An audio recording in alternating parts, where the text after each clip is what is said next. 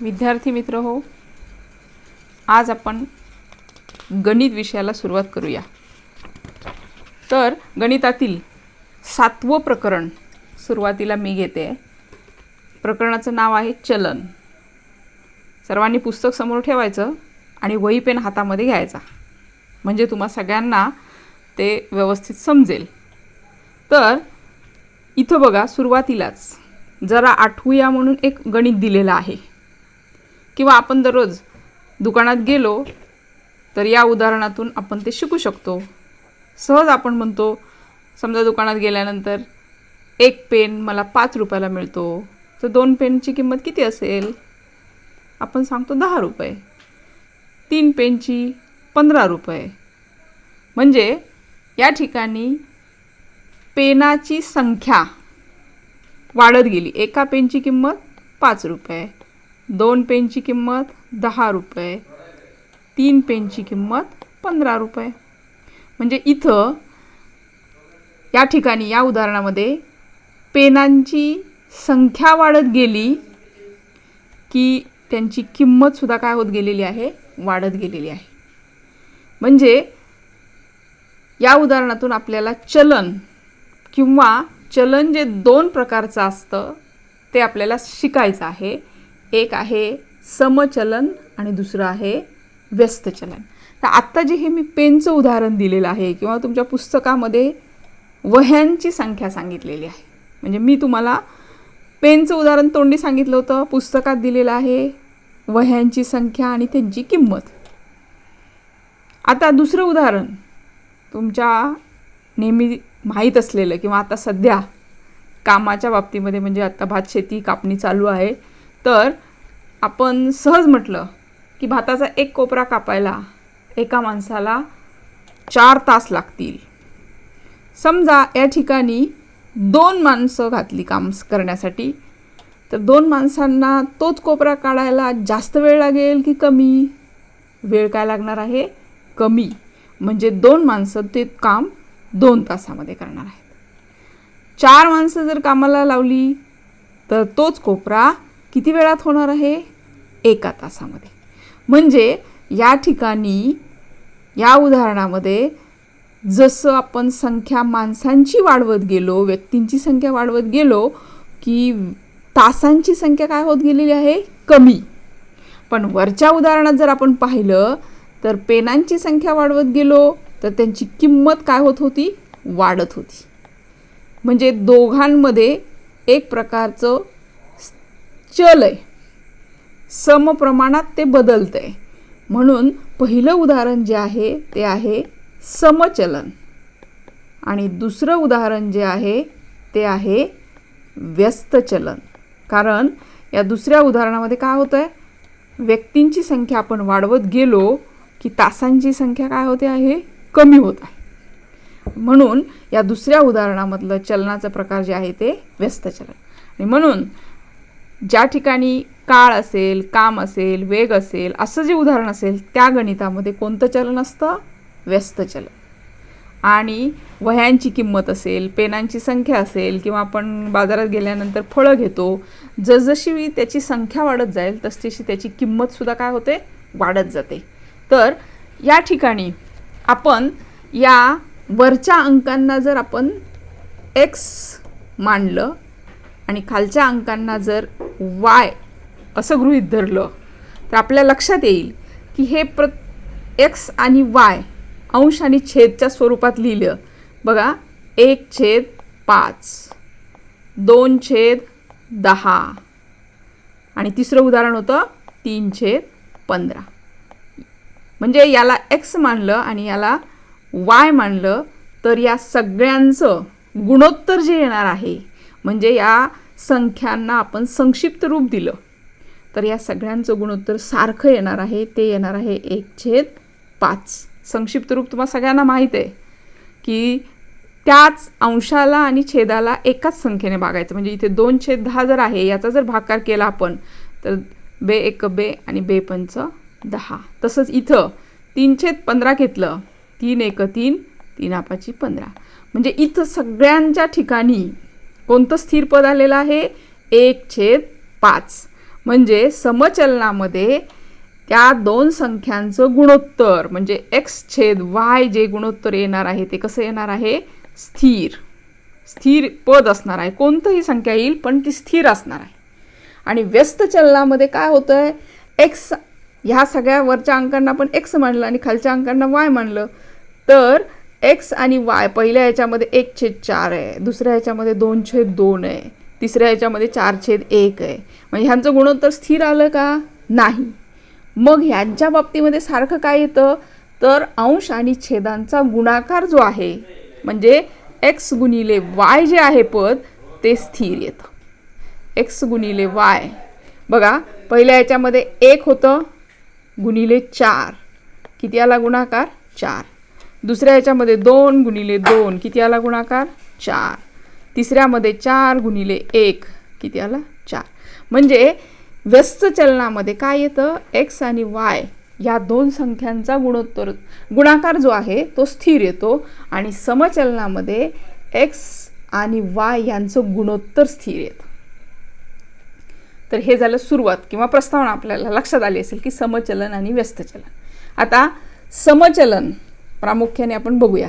तर या समचलनाची व्याख्या किंवा बघा काय सांगता येईल. तर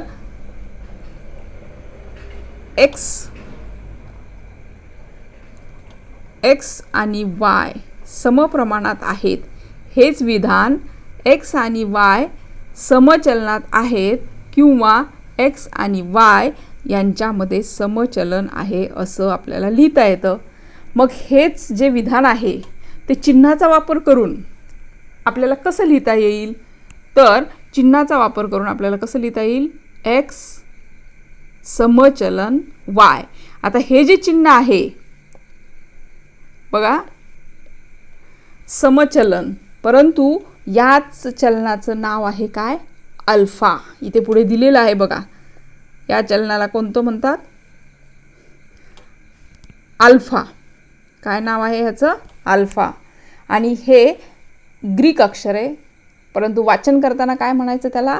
x अल्फा y. आता x अल्फा y असं जेव्हा लिहिणार बघा,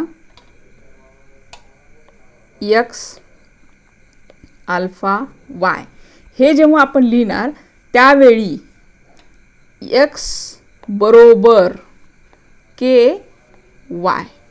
आता इथं म्हणजे आम्ही काय केलं? चलन जे आहे अल्फा चिन्ह होतं ते काढून टाकलं आणि बरोबर लिहिलं k y. आता या ठिकाणी हा जो k दिसतोय तुम्हाला तो काय आहे? तर एक स्थिर पद आहे किंवा चलनाचा त्याला काय म्हणायचं? स्थिरांक. जो k आहे त्याला काय म्हणतात? चलनाचा स्थिरांक. इथे पुस्तकामध्ये आहे बघा. तर k जो आहे तो आहे चलनाचा स्थिरांक. आता या चलनाचं चिन्ह वापरून पुस्तकामध्ये आणखीन 2 उदाहरणं समजावून दिलेली आहेत. समजा पहिलं उदाहरण घेऊया. वर्तुळाचे क्षेत्रफळ त्याच्या त्रिज्येच्या वर्गाशी समप्रमाणात असतं.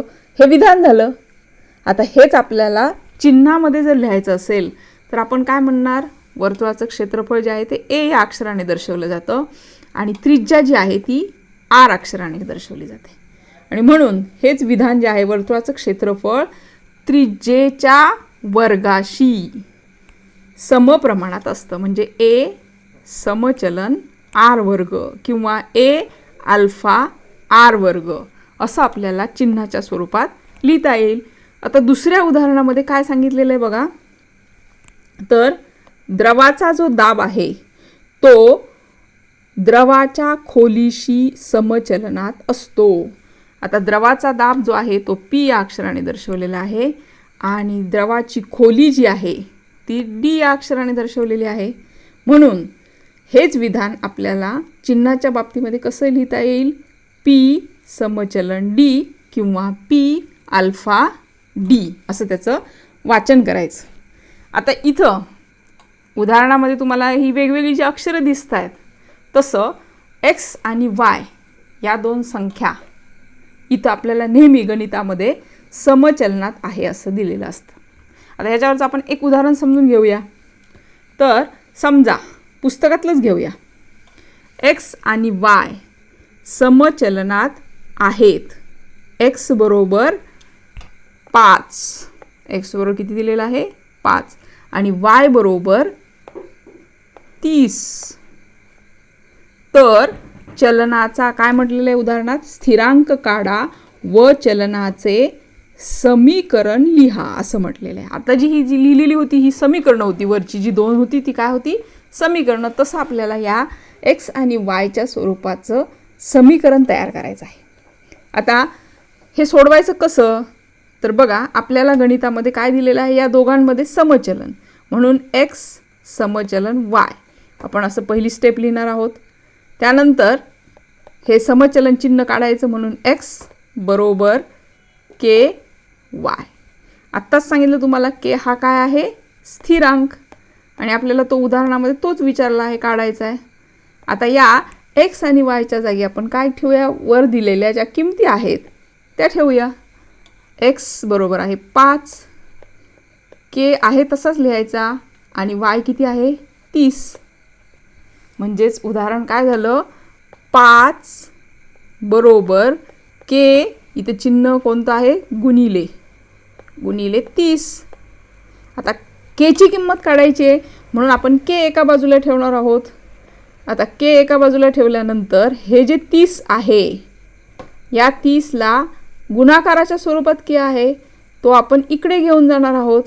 उलट क्रिया होते, म्हणून के बरोबर काय येणार आहे? हे 5 वरती आहे तसंच या ठिकाणी गुणाकार क्रिया होती, म्हणून पक्षांतर केल्यानंतर कोणती क्रिया होणार आहे? भागाकार. म्हणून 5/30. आता याला संक्षिप्त रूप दिलं आपण, तर 5 एक 5, 5 सख 30. म्हणून केची किंमत आपली किती आली ह्या उदाहरणामध्ये? 1/6. म्हणजे आपला जो स्थिरांक आलेला आहे तो किती आलेला आहे? 1/6. ही पहिली किंमत झाली. उदाहरणामध्ये काय सांगितलेलं आहे? स्थिरांक काढा. तर ती किंमत किती आलेली आहे आपली? 1/6. आता आपल्याला काय विचारलं दुसरं त्याच्या पुढे? की त्याचं समीकरण तयार करा. आता समीकरण तयार करा म्हणजे ही जी किंमत आहे केची 6, ती आपण त्या ह्याच्यामध्ये ठेवूया, आणि समीकरण जे आहे ते चलाच्या स्वरूपात असणार आहे, म्हणजे एक्स आणि वायच्या स्वरूपात असणार आहे. वरती जे आपण उदाहरण दिलं होतं त्याच्यामध्ये केची किंमत जी आहे ती आपण किती टाकूया? 1/6. म्हणून याच उदाहरणामध्ये बघा,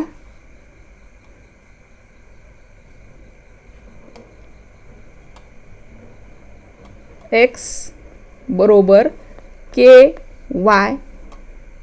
एक्स बरोबर केची किंमत 1/6 वाय, किंवा हे 6 जे आहे ते आता आपण इकडे घेऊन जाणार, म्हणून काय आलं? 6x बरोबर वाय, किंवा यालाच आपण लिहू शकतो y बरोबर 6x. तर असं हे दुसरं उत्तर आलं. पुस्तकात तेच दाखवलेलं आहे बघा. इथं पहिली जी किंमत आलेली आहे आपली, ती केची किंमत किती आहे? 1/6 दिसते इथे तुम्हा सगळ्यांना, चलनाचा स्थिरांक. आणि दुसरं समीकरण काय आलेलं आहे? y बरोबर 6x. आलं लक्षात सर्वांच्या? आपण काढलं होतं आत्ता y बरोबर 6x. तर हे एक उदाहरण तुम्हा सगळ्यांना समजलं असेल. तुम्ही स्वतःसुद्धा पेन वही घ्या आणि ताबडतोब सुरुवात करा समजून घ्यायला. त्याच्या खाली एक आणखीन दुसरं उदाहरण समजून दिलेलं आहे, ते पण आपण बघूया. तर दुसरं उदाहरण काय बघा, शेंगदाण्याची किंमत त्याच्या वजनाच्या समप्रमाणात आहे. कशी आहे? समप्रमाणात. इथं दिलेलं आहे समप्रमाणात आहे. 5 किलोग्रॅम शेंगदाण्याची किंमत 450 रुपये आहे. तर 1 क्विंटल शेंगदाण्याची किंमत काढा. आणि कंसात काय दिलेलं आहे? 1 क्विंटल बरोबर 100 किलोग्रॅम. कारण हे आपल्याला माहीत पाहिजे. इथं 5 किलो आणि 1 क्विंटल असं प्रमाण घेऊन आपल्याला चालणार नाही. त्या 1 क्विंटलचे काय करावे लागतील? किलोग्रॅम. म्हणजे 100 किलो ह्याचा मिळून किती होतो? 100 किलोचा 1 क्विंटल. आता या उदाहरणामध्ये आपण शेंगदाण्याची जी किंमत आहे ती काय म्हणायची? एक्स. शेंगदाण्याची किंमत एक्स आणि शेंगदाण्याचं जे वजन आहे ते वाय म्हणायचं. आता पहिल्यांदा जे दिलेलं आहे ते आपल्याला माहीत आहे. शेंगदाणे 5 किलो शेंगदाण्याची किंमत किती दिलेली आहे? 450 रुपये. आता 450 रुपये म्हणजेच 1 किलो शेंगदाण्याची किंमत काढायची. आपण तोंडी सहज म्हणू शकतो की 5 किलोसाठी 450 रुपये म्हणजे 1 किलोसाठी त्या 450ला जर आपण भागलं तर 90 रुपये किंमत येणार आहे 1 किलोची. बघा, दुसरं उदाहरण आपण समजून घेऊया सगळेजण.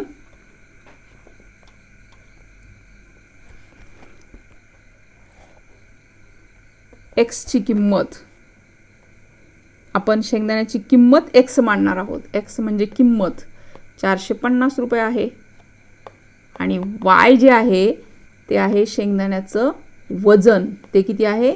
5 किलो. आता या ठिकाणी आपलं जे समचलन असल्यामुळे आपल्या सगळ्यांना माहिती आहे की एक्स समचलन वाय. त्यामुळे आपण मगाशी सोडवलं होतं एक्स बरोबर के छेद वाय. के इंटू वाय, छेद नाही, के गुणिले वाय. आता या ठिकाणी एक्सची किंमत आणि वायची किंमत आपण ठेवूया ह्या समीकरणामध्ये. एक्सची किंमत आहे 450 बरोबर के गुणिले 5. आता के आपल्याला किंमत काढायची आहे. मगाच्याप्रमाणेच अगदी सगळ्या स्टेप आहेत. इथं 5ने केला काय होतं? गुणाकार केलेला होता. तो आपण इकडे जाऊन काय करणार आहोत?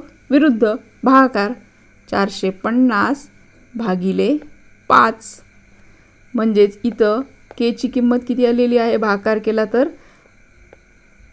5 9 45 5 0 0 म्हणजे किती आली? 90. आता हे आपल्याला मगाशी तोंडी आपण लगेच सांगितलं होतं 5 किलो. आपण कारण व्यवहारात रोज आपण हे बघत असतो. 5 किलो शेंगदाणे 450 तर 1 किलोची किंमत 90. पण आपल्याला ते म्हणजे गणितामध्ये पायरी करून सोडवायचं आहे. स्टेप बाय स्टेप व्यवस्थित सोडवायचं आहे. हे काढण्याला महत्त्व आहे. आता ही जी किंमत आहे केची, यालाच आपण काय म्हणतोय? स्थिरांक. कारण ह्या स्थिरांकाची किंमत आपल्याला किंवा स्थिरांकाचा उपयोग कशासाठी होणार आहे? पुढचा जो निम्मा भाग विचारलेला आहे ते सोडवण्यासाठी होणार आहे. तर पुढे काय विचारलेलं आहे आपल्याला? 1 क्विंटल शेंगदाण्याची किंमत. आत्ता सांगितलं 1 क्विंटल म्हणजे 100 किलो. त्यामुळे इथं वजनासाठी आपण कोणतं अक्षर घेतलेलं होतं? वाय. तर वाय बरोबर दुसऱ्या उदाहरणामध्ये किती आहे? 100 किलोग्रॅम. एक्स आपल्याला काढायचा आहे. एक्स बरोबर प्रश्नचिन्ह आणि के आपल्याला समजलेला आहे तो किती आहे? 90. म्हणजे इथं कोणत्याही 2 गोष्टी दिल्या तर तिसरी गोष्ट आपल्याला काढता येते, माहीत आहे. सूत्र तेच असणार आहे. एक्स बरोबर के वाय, जे समीकरण होतं ते. याच्यात फक्त आपण काय करूया? किमती ठेवूया. आता वायची किंमत किती आहे? 100 आणि केची किंमत आहे 90. 90 गुणिले 100 किती आलेली आहे किंमत?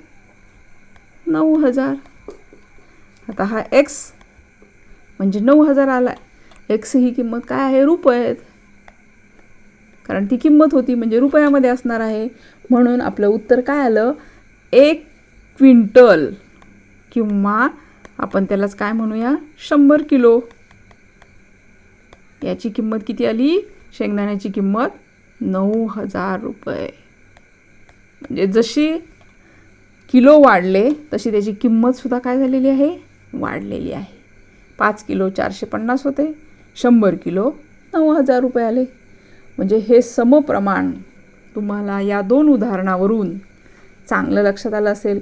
फक्त त्याच्यामध्ये समीकरण जे दिलेलं आहे किंवा समीकरण आपण तयार करायचं, एक मानायचा x, दुसरा मानायचा y, आणि त्याच्यामध्ये k जो येणार आहे तो आहे स्थिरांक.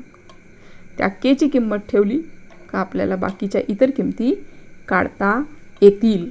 असंच उदाहरण संग्रह जो खाली दिलेला आहे 7.1, तर हा 7.1 जो आहे सराव संच, तो तुम्ही हा व्हिडिओ बघितल्यानंतर ताबडतोब सोडवायचा आहे. बघा, मी तोंडी तुम्हाला आधी सांगते. पहिलं काय दिलेलं आहे, चलनाचं चिन्ह वापरून म्हणजे समीकरण तयार करायचं आहे. मगाच्यासारखं क्षेत्रफळ आणि त्रिज्या, हे पहिलं झालं.